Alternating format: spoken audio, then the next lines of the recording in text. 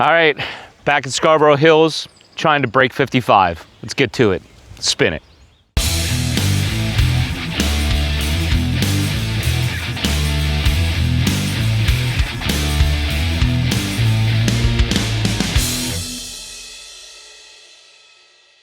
Hey DMD family, welcome back to another Discs MD video. Bunky here, and we are at Scarborough Hills. I've never done an intro with this sign, and it's such a pretty sign.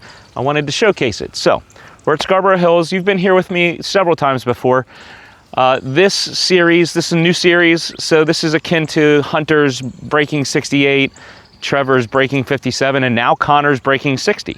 So this course can be a very simple par 3. The shorts here, short tees to short baskets, very simple. My record there is like 9 under. But this course has 2 tee pads and at least 2 baskets per hole, sometimes 3 baskets per hole. So the longest layout, longest tee pad, the longest basket is the same par as the shortest tee pad to the shortest basket. So just because you're getting longer, the par doesn't change. Except for one hole, I think they give you a par 4 on hole 2, but every other hole is a par 3.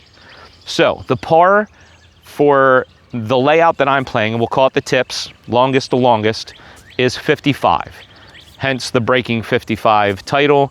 I want to shoot 1 under par. It's extremely difficult, and we'll get into it as we go. I'll let you know what I expect to do on each hole and how I'm viewing and how my strategy for each hole. So let's get to hole 1, get started. All right, hole number 1. This is one with 2 tee pads. So some holes only have 1 tee pad. Most of them have 2. So I'll tell you what each hole has for this first iteration. Full disclosure, this is my 3rd attempt. The first 2 I filmed, but the first one, my mic ran out and I didn't know about it, so that got scratched. And then me and my son-in-law came and did it, but it got so windy that it was just pointless, so we stopped. So anyway, this is my 3rd attempt. 2 tee pads here. This is the farthest one. 3 baskets. So you see the short baskets right there. You guys are familiar with that one. To the right and a little beyond is the B basket, but then even more right and more beyond is the C basket. And actually this basket shares its C basket with hole 4. So C basket for this hole and C basket for hole 4 are the same basket. So 460 feet uphill, I don't have that power. So I'm playing for par on this hole. All right, 2 off the top. We'll start with the Warbird. First hole throw of the day, so let's see what this does. Woo, a lot of hyzer. Okay, we probably won't be playing that one.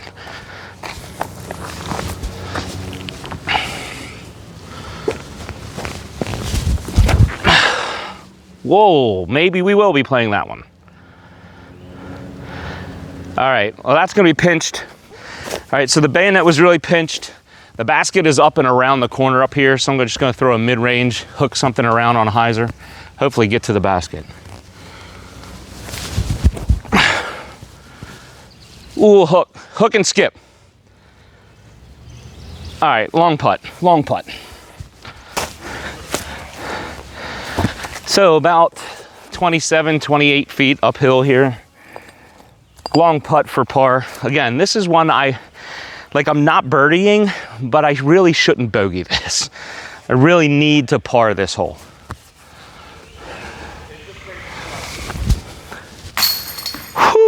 All right, tester putt on the first hole. Get the nerves in check. Let's go. All right, hole number 2. So this is the one where they give you the reprieve on the par 3. This is actually a par 4. So says the sign.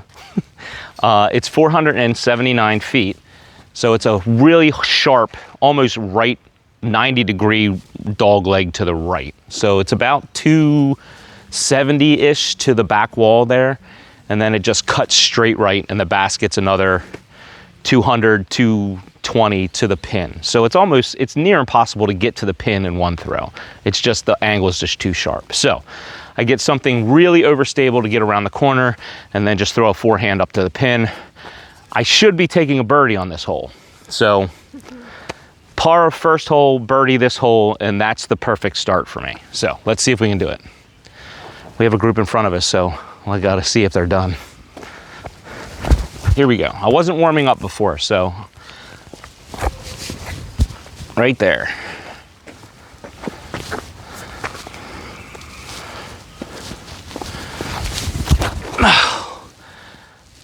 Skip.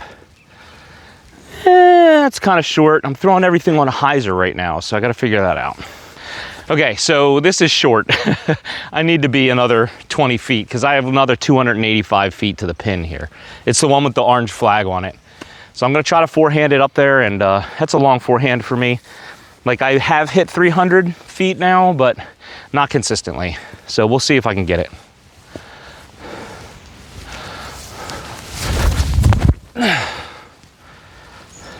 Come out and skip. All right, long putt for birdie. That's not bad.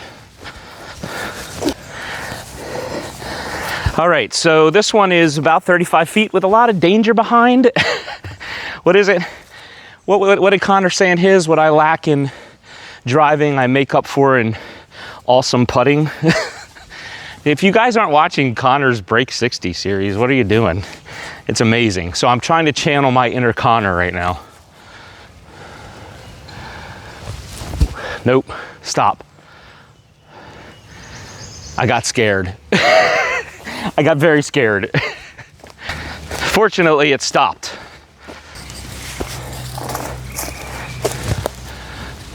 All right, that's the par. Not a perfect start, but a good start. Even through 2, I'll take it. All right, so par 3, only 1 tee box here, 2 baskets. You see the red. This is a notorious one, very narrow line. So it's only 238 feet. So this one, I can birdie, but I can just as easily bogey this as birdie. Hard birdie, easy bogey. So if I pure the line, I'm good. If I hit anything early, it's bogeyville. All right, let's try it.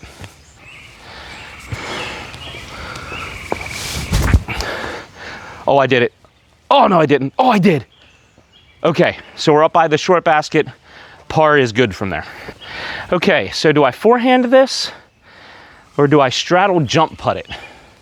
I think I straddle jump putt this. Forehanding, I can't, it'll dive into the hill and just have potential to roll. So I just want to,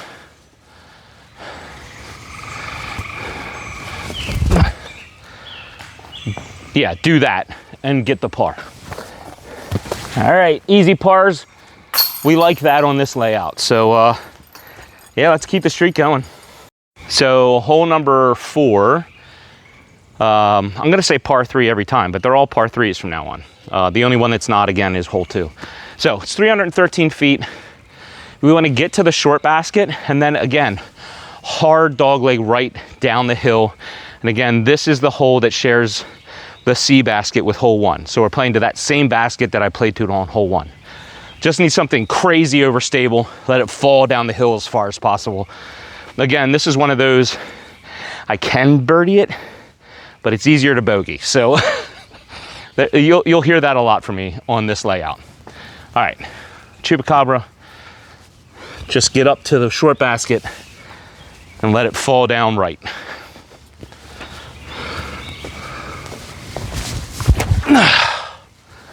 Go right, go way right. I don't know, it wasn't high enough. All right, so yeah, I didn't go high enough and I went too long, hit the back wall. I got a hyzer out before this. So I'm just gonna pitch out and then have a throw to get up and down for bogey. So I'm definitely not trying to run this, but laying this up is gonna be tough. So hopefully we only take a bogey here. Get down. Okay, so that should be a 15-footer for bogey. Let's go put that in. All right, bogey, 1 over through 4. Got some work to do. All right, so hole number 5, 202 feet. Can't get it much more simple. This is the only hole that I will call a must birdie. I have to birdie this. I mean, it's like 200 feet out in the open, downhill, straight in front of you, nothing in the way. You have to birdie this hole. Let's try it. Too short. This will be a long putt. All right, probably one of the most pathetic tee shots I've ever had. I can identify with Connor right now. I feel like I'm so much better than I am. All right, long putt, 45, 50 feet. Short. All right, that's for par. That feels like a bogey though. All right. Ugh, hard to swallow par. On to hole 6. All right, so hole number 6, 376 feet uphill. Again, the shot shape on this one is one that I'll probably never birdie this because it's beyond the short basket right up there. You see the red band into the woods to the left and a really narrow gap. It would take all that I have and a perfect line for me to get to the basket. So this was another one of those, it's par or nothing, like for me on this. So I don't know, we've been talking through this and there's so many I can birdie, but I can just as easy bogey holes. There's really no easy, that 5, the one we just played is the only guaranteed birdie, the only easy birdie on this course. It's going to take me playing perfect to break this line. So one day we're just gonna have to play perfect. Oh yeah, I gotta do my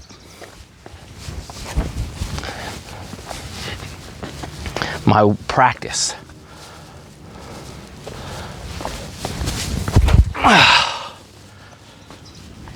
Skip, flare skip, that's really far right. We'll have a shot up and down for par there. All right, narrow gap. So this one, about 7 to 10 feet beyond the basket is a drop off cliff, like cliff, not just a big hill, it's a cliff. So, very touchy approach here.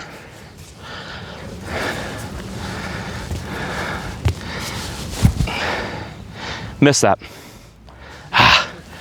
Long putt for par. Woo, making it hard on myself.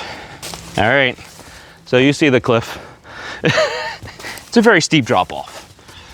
This is a scary putt. Yay. All right, save the par. All right, hole number 7, 373 feet. So this one's one with 1 tee box and 3 baskets.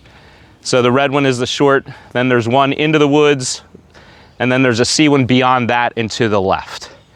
Again, hard angle for a left-hander to get in. I don't have a forehand big enough for that, so I just try to blast one into the woods as far as I can.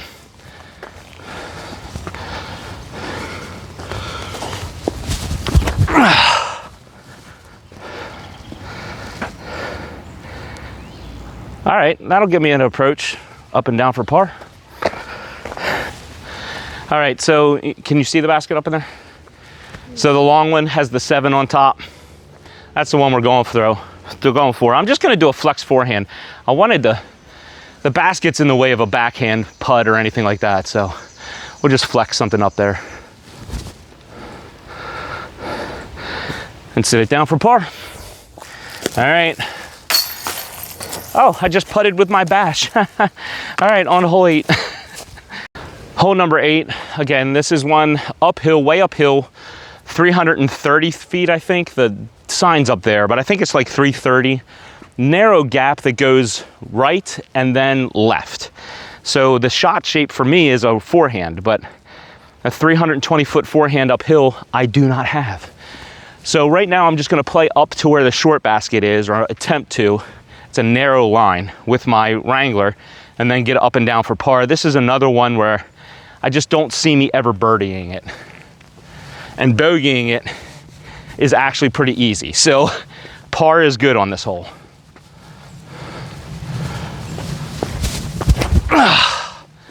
Yeah, that should help me. Oh, big skip. Big skip.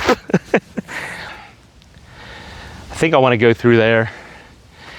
Like, I have a flex forehand, but that little tree right there scares me. I have this right here, but that's a narrow gap to get through, and I have to get over the basket. Decisions. Like, this one is an awkward stance. This is a more natural stance, so I'm gonna do the flex forehand and see This is gonna be a hard up and down for par. Yep. Oh, I might have done it. I might have done it. So I feel like I'm going to need to make, in order for me to absolutely do this, I'm going to need to make these circle's edge putts, because they're just gonna be a common occurrence. Uphill, about 30 feet. Nope, shorted it. Daggone it. I gotta get more strength in those putts. All right, bogey it is, 2 over, digging myself a hole. But I can't do it first time out, right? That'll just be boring. It doesn't make for a good series if I do it first time. Hole number 9, last hole for this video. Wow, this went quick. So I'm 2 over right now. 293 feet, like this feels like a forehand. But man, I'm just so scared to do it. You know what? I'm gonna do the forehand. I have stubbornly done the backhand turnover on this shot, but I'm thinking the forehand is the play here because it goes straight down to where the red band basket is. That's a short basket, and then it kicks to the left at the very end. So throw my Mad Cat. This will flip up and turn a little bit and then fade back to the left. So hopefully, I mean, that looks like a big gap, but it really is not. Right there. Oh, I did it. Come back, skip. Oh, that's a long putt for birdie. Wow. Yeah, another 20 feet. Another 20 feet and it's perfect. All right, so probably 40 feet for birdie here. Right around it. Oh, tester on the comeback. That's what happens when you run it. You get a tester on the comeback. All right, so there you have it. That's the front 9 for the inaugural installation of the Break 55 series. I'm 2 over right now, and the back 9 is the one where I have a lot of bogeys. So it's gonna take a lot of work, but not impossible. So come back, probably tomorrow, I'll drop the back 9 of this to see if I can do it. But as always, thanks for your support and tuning in. Until next time, enjoy the journey. Here's your verse of the day.